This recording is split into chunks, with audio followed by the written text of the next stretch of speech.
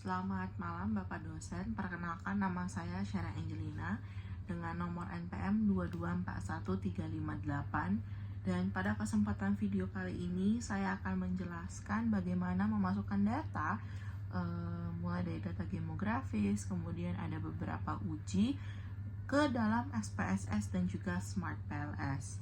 Namun sebelumnya saya akan menunjukkan judul penelitian saya dan juga model penelitian saya. Di sini adalah judul penelitian saya, yaitu The Role of Proactiveness, Innovativeness and Risk-Taking in Shaping Entrepreneurial Intention Among Entrepreneurs. Kemudian ini ada model penelitian saya yang terdiri dari proactiveness, kemudian ada innovativeness, ada risk-taking, kemudian ada entrepreneurial intention, dan melewati motivational factors. Selanjutnya adalah kita akan masuk ke tahap pertama, yaitu masukin data demografisnya, membuat data demografis menggunakan SPSS.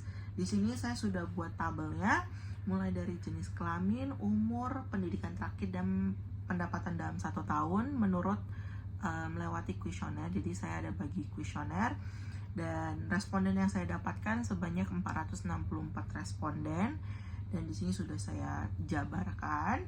Kemudian di sini ada P1 ini adalah variabel-variabel saya. Lalu kita sekarang masuk ke SPSS-nya seperti ini. Kemudian selesai kita buka SPSS-nya, ini kita sekarang klik file, kemudian import data, dan kemudian kita klik Excel. Setelah itu kita cari aja dokumen kita. Kita cari dulu dokumen kita. Sebentar.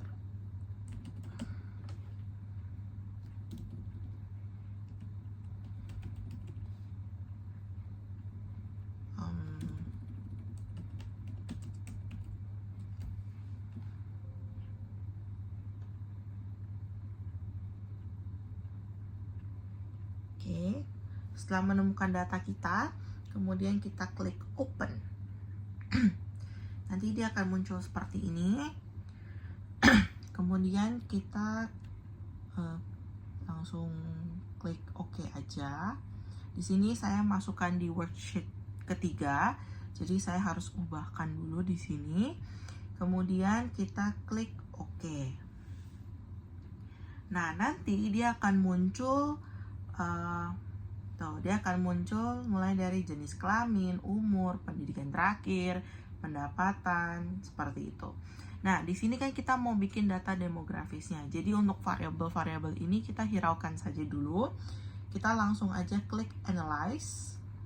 Pokoknya setelah jenis kelamin, umur, pendidikan terakhir, pendapatan ini sudah masuk semua. Kemudian kita klik analyze, lalu descriptive statistik. Kemudian kita masuk ke frekuensi. Karena di sini kita mau cari data demografisnya ya. Kemudian kita langsung masukkan saja ini, kita klik panah di sini. Nah, nanti supaya dia berpindah ke variabel di bagian variabel. Kemudian kita klik OK. Nah, nanti di outputnya akan muncul seperti ini. Nah, jadi ada jenis kelamin, umur, pendapatan. Nah, kemudian setelah itu kita tinggal copy paste aja, dan dia masuk. Ini sudah saya copy paste tadi, jadi dia masuk seperti ini. Nah, jadi kayak gini. Baik, sekarang kita lanjut menguji menggunakan menggunakan Smart PLS. Di sini saya sudah buat file Excel-nya, karena saya ada 5 variabel dan per variabelnya itu ada 5 pertanyaan. Jadi makanya di sini ada P1 sampai P5. Oke, selanjutnya kita langsung masuk ke Smart PLS-nya aja. Di sini kita akan masukin new project. Lalu kita tinggal klik, kita buat dulu tabelnya. Kita bikin project baru, lalu kita double click to import data. Kemudian pastikan data kalian itu dalam data Excel kalian itu dalam format CSV ya. Kemudian kita klik open. Lalu kita langsung ini disuruh beri nama. Klik OK. Nah, nanti dia akan muncul seperti ini. Kemudian kita sebelum mau nguji, kita bikin dulu mode penelitiannya. Kita klik aja di sini 2 kali, nanti dia akan muncul whiteboard putih seperti ini. Lalu kita klik latent variable untuk memasukkan variabel-variabel sesuai dengan mode penelitian kamu. Jadi di sini kita klik. Nah, setelah itu kita akan menghubungkan sesuai dengan hipotesis kalian. Di sini hipotesis saya ada 10. Jadi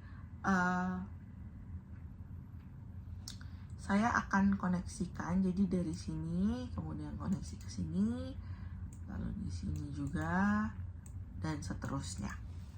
Nah, setelah dikoneksi seperti ini, kita akan memberi nama. Kita klik select di sini, lalu kita klik kanan, lalu kita rename sesuai dengan model penelitian kamu ya. Di sini saya rename dulu.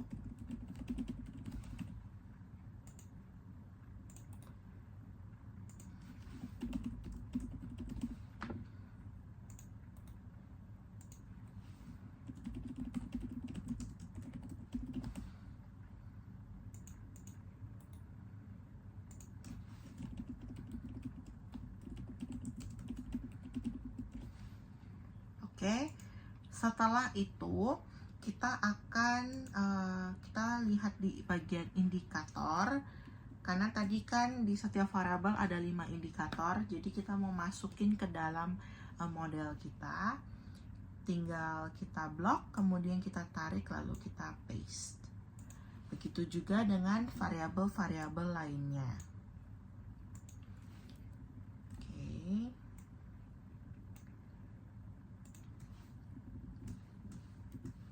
Pastikan pastikan bulatannya itu sampai warna biru ya. Oke. Setelah sudah, kita akan kalkulasikan dan kita akan mulai nguji. Kita tinggal klik calculate, kemudian PLS algorithm. Nggak usah diapa-apain di bagian ini, kemudian kita langsung saja start calculation. Nanti dia akan muncul seperti ini. Jadi ini adalah path koefisiennya dan kita sudah siap untuk menguji. Oke, sekarang kita akan menguji dulu common method variance. Caranya gimana? Di sini di bagian quality criteria kita klik collinearity statistics. Kita klik. Nah, nanti akan muncul outer VIF values-nya seperti ini. Dan di sini kalian bisa lihat dia berwarna hijau karena seluruh indikator ini ternilai lebih dari 0,5. Jadi bisa disimpulkan seluruh data terbebas dari CMV. Dengan kata lain, data yang diolah itu bebas dan dari masalah bias dan tidak terjadi korelasi antar variabel independen. Nah, lalu kita tinggal copy to the clipboard, Excel format, kita klik, lalu kita tinggal paste. Di sini saya sudah paste ke dokumen saya. Nah, nanti bentukannya akan jadi seperti ini. Selanjutnya kita masuk ke outer loading di bagian validasi konvergen. Caranya gimana? Caranya balik lagi ke Smart PLS. Lalu kita ke final results, kemudian kita lihat ada kata outer loadings, kita klik. Nah, di sini hijau semua ya, mencerminkan bahwa semua indikator ini bernilai lebih dari 0,6. Jadi dikatakan semua indikator ini telah memenuhi kriteria validitas konvergen. Kemudian kita langsung Excel format sama seperti cara tadi, lalu kita pastekan ke Word. Nah, jadi seperti ini. Nah, biasanya kan setiap penelitian berbeda-beda. Tapi kalau misalnya ada indikator kalian yang kurang dari 0,6, itu perlu dihapus. Jadi dihapus aja dan dilakukan pengujian ulang sampai semuanya hijau. Seperti ini. Nah, seperti ini. Jadi semuanya itu hijau. Oke. Selanjutnya adalah untuk kita akan menguji average variance extractor atau AVE. Caranya gimana? Caranya kita masuk ke construct reliability dan validity. Lalu di sini ada AVE. Kita klik. Nah, nanti dia akan muncul, di bagian matriks dia akan muncul seperti ini. Nah, jadi kayak gini. Kemudian kita bisa langsung aja copy paste. Di sini kalian bisa lihat bahwa nilai AVE dari penelitian saya itu lebih dari 0,5. Jadi bisa disimpulkan semua indikator itu memenuhi validitas konvergen. Jadi kita tinggal copy paste lalu kita masukkan ke dalam Word seperti ini. Selanjutnya adalah kita akan menguji validitas diskriminan, yaitu cross-loading dan Forner-Laker. Nah, caranya gimana? Kita lihat di bagian quality criteria, lalu kita klik construct reliability dan validity, kita klik, kemudian kita klik diskriminan validity, lalu kita klik cross loadings. Nah, di sini ada muncul cross loadingsnya, tinggal di copy paste dan dipindahkan ke sini. Seperti ini. Nah, di sini kita lihat bahwa nilai loading tertinggi itu pada indikator interpretational intention ketiga, yaitu sebesar 0,845. Jadi kalau dibandingkan dengan loading terhadap konstruk lainnya, semua nilai di konstruk lain lebih rendah dari 0,85. Artinya interpretational intention 3 ini itu memang lebih kuat untuk mengukur konstruk dibandingkan konstruk lainnya. Oke, selanjutnya kita ke Forner-Laker. Di sini untuk Forner-Laker, cara mengujinya adalah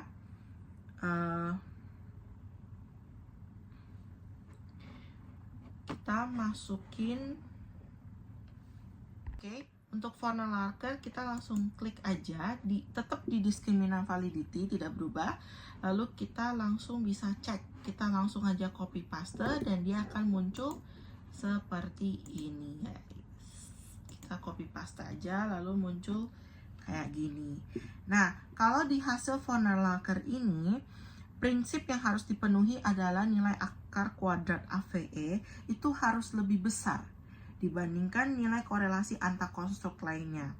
Dan secara umum ini sudah terpenuhi, tapi ada catatan korelasi antara EI dan juga innovativeness itu cukup tinggi, yaitu 0,899. Jadi ini mendekati nilai akar kuadrat AVE dari EI sebesar 0,813, sehingga menunjukkan hubungannya sangat kuat antara kedua konstruk tersebut. Tapi meskipun begitu, selama nilai diagonal itu masih lebih tinggi dibandingkan korelasi antar konstruk lainnya, model ini tetap dianggap valid. Kemudian kita ke HTMT rasio. Untuk HTMT rasio masih tetap di discriminant validity. Lalu di sini kita klik aja heteroid monotric ratio. Di sini bisa dilihat merah ya. Nah, ini sudah saya copy paste juga ke sini, dan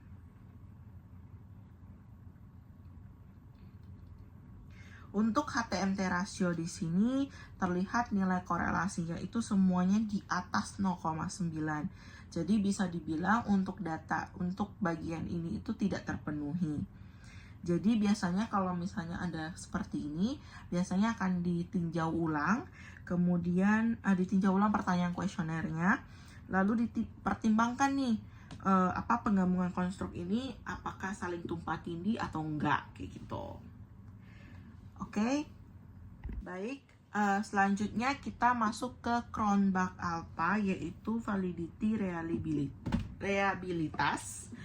Di sini kita klik construct reliability and validity, lalu kita masuk ke Cronbach. Jadi nanti di sini akan muncul, kemudian kalian copy paste kayak tadi juga, lalu nanti dia akan muncul di sini. Oke, nah untuk nilai Cronbach Alpha pada tabel ini terlihat lebih dari 0,7, jadi bisa disimpulkan variabel tersebut reliable. Lanjut kita ke composite reliability. Pada data Smart PLS kita nggak usah di otak-atik karena di sini semua sudah muncul. Kita tinggal copy paste aja. Nah di sini composite reliability juga lebih dari 0,7, jadi bisa dianggap variabelnya reliable semua. Oke, kita masuk ke inner model. Oke, jadi kalau misalnya kita sekarang masuk ke inner model ya guys. Dan yang pertama adalah direct effect. Kita mau tahu nih direct effect-nya, hubungan langsungnya apa. Kita masuk ke statistik tadi, path model tadi, kemudian kita calculate, dan kali ini kita nggak pakai PLS algorithm, kita ganti ke bootstrapping. Kita klik aja bootstrapping, kemudian kita start calculation. Nanti dia akan bantu calculate kan, lalu nanti dia akan muncul seperti ini. Nah, jadi nanti dia akan muncul seperti ini. Nah, ini adalah direct effect-nya. Tinggal di copy paste lagi menggunakan Excel format dan dimasukkan ke dalam sini. Masukkan ke dalam Word. Nah, di sini kalau direct effect itu artinya hubungan langsung dengan variabelnya. Di sini terlihat bahwasanya p-values-nya itu semuanya di bawah 0,05. Artinya hubungannya itu signifikan. Kecuali hubungan antara innovativeness terhadap entrepreneurial intention itu di atas 0,05. Jadi bisa dibilang hubungan itu tidak signifikan. Nah, selanjutnya adalah indirect effect tadi ya. Nah, kita balik ke bootstrapping tadi, lalu kita klik specific indirect effect. Nanti dia akan muncul seperti ini. Nah, jadi ini adalah kalau misalnya kalian pakai mediasi atau moderasi, nah ini tuh adalah jadi motivational factor di sini adalah perantaranya, indirect effects atau hubungan secara tidak langsung. Kemudian kita langsung copy paste aja, lalu kita masukkan ke dalam sini. Nah, jadi di sini bisa kita lihat p-values-nya itu semuanya di bawah 0,05. Artinya hubungan indirect effects ini atau hubungan secara tidak langsung ini semuanya itu berpengaruh signifikan. Seperti itu. Kemudian kita masuk ke R-square. Untuk R-square kita balik lagi ke algoritma. Caranya gimana tadi? Caranya adalah kita tinggal calculate, lalu kita PLS algorithm. Langsung kita start calculation. Biasanya dia akan muncul di sini, cuman mungkin tadi saya ketutup. Nah, di sini ada tulisan R square. Nah, ini adalah R square kita. Tinggal kita copy paste, lalu kita akan paste ke sini, ke Word. Nah, jadi untuk R square menunjukkan seberapa besar variasi konstruk endogen yang dapat dijelaskan oleh konstruk eksogen. Di sini entrepreneurial intention memiliki R square sebesar 0,902 yang berarti sebesar 90,2% variasi dari entrepreneurial intention itu dapat dijelaskan oleh variabel-variabel independen dalam model. Kemudian ada multifactional factors yang memiliki R square sebanyak 0,881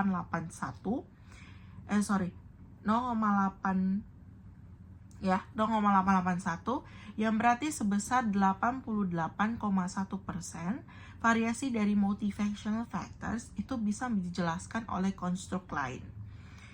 Nah, jadi bisa kita simpulkan bahwasanya nilai R square di sini itu menunjukkan model memiliki daya prediksi yang sangat kuat. Selanjutnya kita masuk ke SRMR ratio. Oke, baik. Selanjutnya adalah SRMR ratio. Kita dapatnya dari mana? Kita buka aplikasi SmartPLS tadi, lalu kita klik model fit. Setelah itu nanti dia akan muncul SRMR di sini. Kemudian tinggal kita copy paste, lalu kita tempelkan di Word kita seperti ini. Nah, jadi untuk SRMR di sini digunakan untuk mengukur kecocokan model, di mana semakin kecil nilai SRMR kita, maka semakin baik juga model tersebut. Dan berdasarkan hasil yang sudah ditampilkan, untuk model saturasi adalah sebesar 0,051. Nilai ini itu berada di bawah ambang batas 0,08 yang menunjukkan bahwa model ini itu memiliki tingkat kecocokan yang baik dan acceptable. Kemudian kita lanjut ke yang terakhir, yaitu Guidance of Fit. Untuk Guidance of Fit ini menggunakan rumus, jadi caranya tinggal dimasukkan aja equation, lalu rata-rata average AVE dikali rata-rata R square. Di sini rata-rata AVE saya itu 0,6574 dikali rata-rata R square 0,8915 sama dengan totalnya adalah 0,766. Jadi Guidance of Fit saya itu 0,766. Jadi nilai ini tuh menunjukkan bahwa model ini memiliki tingkat kecocokan yang sangat baik.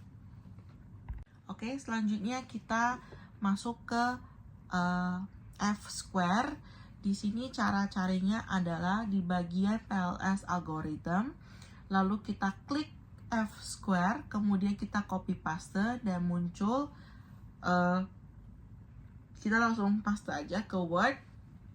Nah, di sini innovativeness itu memiliki nilai F square-nya 0,02, yang artinya innovativeness ini memberi kontribusi kecil terhadap peningkatan R square entrepreneurial intention. Lalu ada multifactional factors yang nilainya adalah 0,16, yang artinya multifactional factors cukup penting bagi prediksi entrepreneurial intention. Lalu kita ada proactiveness yaitu 0,04. Di sini 0,04 berarti termasuk ukuran efek yang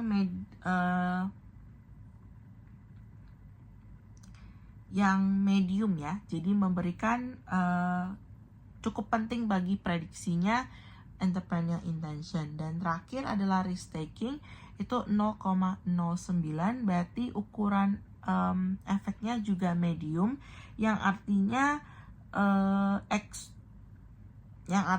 risk taking ini cukup penting bagi prediksi entrepreneurial intention. Lalu kita masuk ke interpretasi Q2. Caranya adalah kita ke PLS dulu, Smart PLS, lalu kita masuk ke sini ke path model, lalu kita calculate, kemudian kita klik blindfolding. Nah, nanti dia akan muncul seperti ini. Kita langsung aja start calculation. Di sini saya sudah calculate di sini, kemudian tinggal di copy paste saja, lalu di paste ke Word seperti ini. Nah, di sini kita bisa lihat bahwasanya entrepreneur intention memiliki nilai Q-square 0,583, menunjukkan bahwa model ini itu memiliki relevansi prediktif yang besar terhadap konstruk entrepreneur intention. Artinya, variabel-variabel eksogen dalam model ini itu bisa memprediksi variabel endogen tersebut secara cukup baik. Kemudian, motivational factors di sini memiliki Q-square sebanyak 0,575, yang artinya juga model ini memiliki relevansi prediktif yang besar terhadap konstruk motivational factors, ya. Artinya variabel-variabel eksogen dalam model ini bisa memprediksi variabel endogen tersebut secara cukup baik. Baik, sekian dari presentasi saya pada malam hari ini. Saya mengucapkan mohon maaf jika ada kesalahan dalam bertutur kata atau perbuatan. Sekian dan terima kasih.